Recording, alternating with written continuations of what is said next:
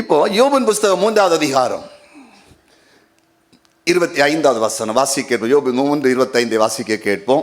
நான் பயந்த காரியம் எனக்கு நேரிட்டது. யோபு சொல்றாரு, நான் பயந்த காரியம் எனக்கு நேரிட்டது, நான் அஞ்சினது எனக்கு வந்தது. அப்படின்னா மொத்தத்திலே நான் எதை பயந்தேனோ அது எனக்கு வந்துச்சு. நல்ல கலங்க, யோபுக்கு கர்த்தர் நல்ல ஆசீர்வாதத்தை கொடுத்துருக்காரு.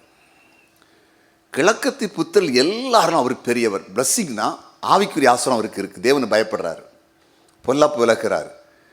பிள்ளைகள் பாவம் செய்திருப்பார்களோ என்று சொல்லி பிள்ளைகளுடைய பாவ மன்னிப்புக்காக பலி செலுத்துறாரு. அப்போ நல்லா தெரியுது ஆவிக்குரிய மனுஷன். அப்போ நம்ம உலக பிரகாரமாக நிறைய வேலைக்காரங்க இருக்கிறாங்க, நிறைய இடம் இருக்குது, நிறைய ஆடு மாடு, பெரிய செல்வந்தர் யோபு. பிள்ளைகள் 10, பிள்ளை செல்வம் வீடு நிறைஞ்சு கிடக்கு, அதுவும் குறவில்லை. 10 பிள்ளைங்க, சரீரத்தில் ஆரோக்கியம். ஆனால் இவரை பிசாசு முதல்ல ஒரு பயத்தை வச்சான். என்ன பயம்னா, கவனமாக கேளுங்க, அவருக்குள்ள இந்த பயம் என்னன்னா, வேலைக்காரங்க போயிடுவாங்களோ, அழிஞ்சிருவாங்களோ, சொத்தெல்லாம் போயிருமோ, பிள்ளைகளுக்கு ஏதாவது வந்துருமோ, மரணம், எனக்கு எதாவது வியாதி வந்துருமோன்னு ஒரு பயம் உள்ள ஒரு ஃபஸ்ட்டு பிசாசு உள்ள பயத்தை ஊட்டுனான். இது எழுதப்படாமல் இருந்தாலும் உண்மையான சத்தியம். இப்போ சில ஆட்களை பாருங்க, ஒரு ஸ்தாபனம் நடத்தினா வேலைக்காரன் போயிடுவான். எல்லா ஸ்தாபனத்திலும் போய் ஏன் ஸ்தாபனத்தில் இருப்பான்னு விசுவாசிக்கணும். எங்கே போவாங்க? ஒருத்தன் போனால் 9 பேர் வருவாங்க. இப்போ நிறைய ஆள்கிட்ட பேசி பாருங்க, வேலைக்கு ஆள் இல்லைன்னு சொல்லுவாங்க. கூட்டு பாருங்க, வேலைக்கு ஆள் இல்லை அப்படி சொல்லுவாங்க. 2 சொல்லுவாங்க, வேலைக்காரன கூட்டத்தில் வேலை செய்ய மாட்டாங்க அப்படின்னு பேசியாங்க. அப்படி 3 சொல்லுவாங்க, வேலைக்காரன் நம்பி ஒன்றும் செய்ய வழி இல்லை, ஒருத்தனை ஒரு பொறுப்பும் கொடுக்கல, எப்போ ஏமாத்திருப்பான்னு சொல்ல முடியாது. அப்படிதான் இருக்குது. இதுதான் உலகம், அப்படி தான் இருக்கும் உலகம். நம்ம உடனே நீ ஒன்று நடக்கான்னு சொல்லி ஒன்றும் செய்யாமல் இருக்குங்க. எனக்கு எல்லாமே நடக்கும், ஃபெய்த். எனக்கு வேலைக்காரன் இருப்பான், என் தொழில் நடக்கும், என் பிஸ்னஸ் ரன் ஆகிட்டே இருக்கும். இது விருதத்தில் இருக்கணும், பயப்படக்கூடாது. பிள்ளைகள், ஏன் பிள்ளைகள் ரட்சிக்கப்படுவாங்க, என் பிள்ளைகள் பரிசுத்தமாக வாழ்வாங்க, என் பிள்ளைகள் படிப்பாங்க, என் பிள்ளைகள் கீழ்ப்படிவாங்க, எனக்கு ஆசனம் இருக்கும். இப்போ சில ஆட்களை பார்த்தீங்கன்னா, இந்த வீடு எல்லாம் பெரிய வீடு, ஒரு அளவுக்கு வீடு கட்டும்போது முதல்ல சிலர் பழைய வீடு பக்கத்தில் இருந்து அதில் இருந்து கொள்வாங்க. இல்லைன்னா சிலர் என்ன பண்ணுவாங்க, வெளியூரில் இங்கே இருக்கும்போது முதல்ல பொருட்கள் போடுக்க ஒரு ரஃபாக ஒரு இடம் கட்டுவாங்க, ஒரு ஒர்க் ஏரியா மாதிரியா, இல்லை ஒரு ரஃபாக ஏதாவது போடலாம், சிமெண்ட் போடலாம் அப்படி இப்படின்னு. அது கொஞ்சம் பணம் செலவு பண்ணி கட்டுவாங்க. இப்போ அதுக்கு என்னன்னா, இந்த பெரிய வீடு கட்டும்போதே அதில் டைனிங் ஹாலு, கிச்சன், வெளியில் ஒரு ஒர்க் ஏரியா எல்லாம் சீதான் கட்டுவாங்க. ஆனால் முதல்ல இந்த பொருள் போடு கட்டுனது நீ பிடிக்க மாட்டாங்க. கேட்டால் சொல்லுவாங்க, இன்னும் இப்போ பயலு நீ கடைசியில் பார்க்கலீங்களோ.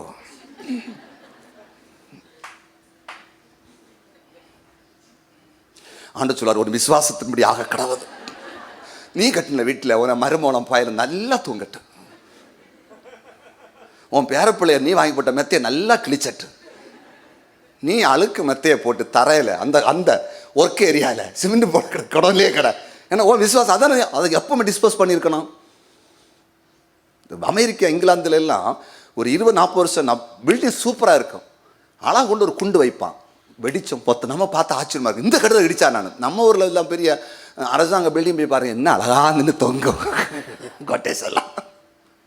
என்னைக்கு அதெல்லாம் காலி பண்ணி தூர போட்டிருக்கணும். நான் பார்ப்பேன் அதெல்லாம் எப்படி என்ன மெயின்டெனன்ஸ் பண்ணி வச்சிருக்கணும்.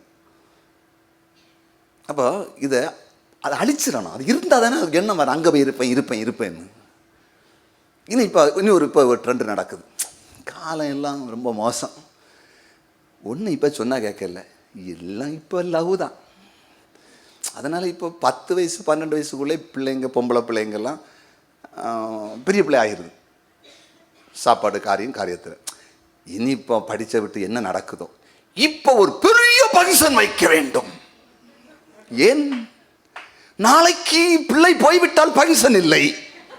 கத்துக்கிறார், உன் விசுவாசத்தின்படி ஆக கடவுது. இப்போதே பெரிய ஸ்பீக்கர் ஆர்ச் போட்டு மந்திரிமார்களே வருக வருக வருக வருக. ஆமாம், அப்படிதான் அடிப்பாங்க தமிழ்நாட்டில் சில இடத்துல எல்லாம். நீ கூப்பிடு, மாமட்டு கடையில் போடு நட்டியாமலைக்கு ஆர்ச். ஏன்னா நம்பிக்கை தானே. இனிப்போ 12 வயசு ஆச்சு, 9 வயசு 10 வயசு.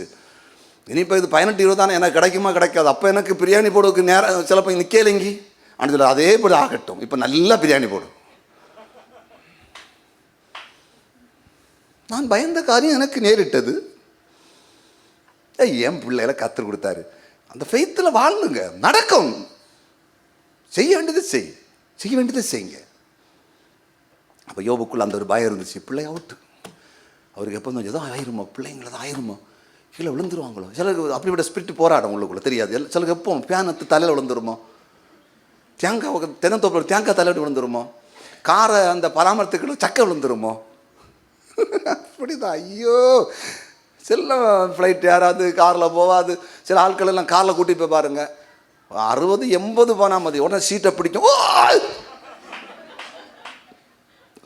Slow break break. வாய் மட்டும் பார்க்கணும். நான் வீட்டில் பேசியது அது நேற்று இந்த இடத்துல தான் ஒரு காரு போய் இடிச்சு 3-4 போச்சு அங்கே இருக்கட்டாது. அதை கொண்ட கேட்டேன் நான், இடிச்சு இந்த மந்ததும் அது அங்கே போட்டு. இப்போ காருக்குள்ள நீக்கிதான் இப்போ பேசணும் இடது வாக்கு. அவிவிசுவாச கூட்டம். இனி யோபுக்கு ஒரு பயம் இருந்துச்சு, எனக்கு வியாதி வந்துருமோ. சாத்தான உள்ள வந்தான், உள்ளே யாரிட்டான், யாரி தலையில கால் வரலாம் தோல் வியாதி. பயப்படக்கூடாதுங்க. அதாவது நியாயாதிபதிகள் 7ஆம் அதிகாரம் 3ஆம் வசனத்தில் கிதியோன் மீதியானர் முறியடிக்க போகும்போது கர்த்தர் சொல்லாரு, கொஞ்சம் பேரை செலக்ட் பண்ணணும். ஒரு பெரு கூட்டம் வந்துச்சு. ஆண்டு சொல்லி கொடுக்குறாரு, பயப்படுறவனை எல்லாம் வீட்டுக்கு போய் சொல்லணும். ஒரு பெரிய கூட்டம் போயிடுச்சு, இது வேண்டாம், பயப்படியவனும் ஜனத்துக்கு யுத்தத்துக்கு வந்து நின்று பயப்படியவனும், சாவுக்கு பயப்படியவன் இனத்துக்கு மிலிட்டரியும் போலீஸும் வேணும், போயா வீட்டுக்கு. தூக்கி அங்கே தூரப்பட்டாச்சு. பாதிகள் போயிட்டான். சந்தோஷம். வெளிப்படுத்தல் 21:8 வாசிப்பாருங்க. பயப்படுகிறவர்களும் அவிசுவாசிகளும் விக்கிர ஆராதனைக்காரர்களும் 2ஆம் மரணமாகிய அக்னியும் கந்தம் எரிகிற கடலிலே பங்கடைவார்கள். நரகம் அது. இந்த பயப்படுறவன் பரலோகத்தை போக மாட்டானா. அதான் தேவான கல்லுச்சு அடிக்கிறாங்க, தைரியம் நிற்கிற அடி. ஏசு அங்க எழுப்பி நிற்கிற, வா மகனே வா பரலோகம். அதான முடிவு, பரலோகம் வா. எப்பவும் ஒரு பயம். நான் இது என்ன மெசேஜ் தெரியுமா, யுத்தமே ஆரம்பிக்கல, எவனும் வந்து தொட வரலாம், நம்ம நல்லா இருக்கிறோம், நம்மளை அடுத்த லெவலுக்கு கொண்டு போகிறோம். ஆனால் சத்துரு பயத்தை விதைச்சி நம்மளை டிப்ரெஷனில் கொண்டு போய் பார்க்குறாங்க. அதுதான் அந்த பயம்தான், அது ஒரு ஸ்பிரிட்.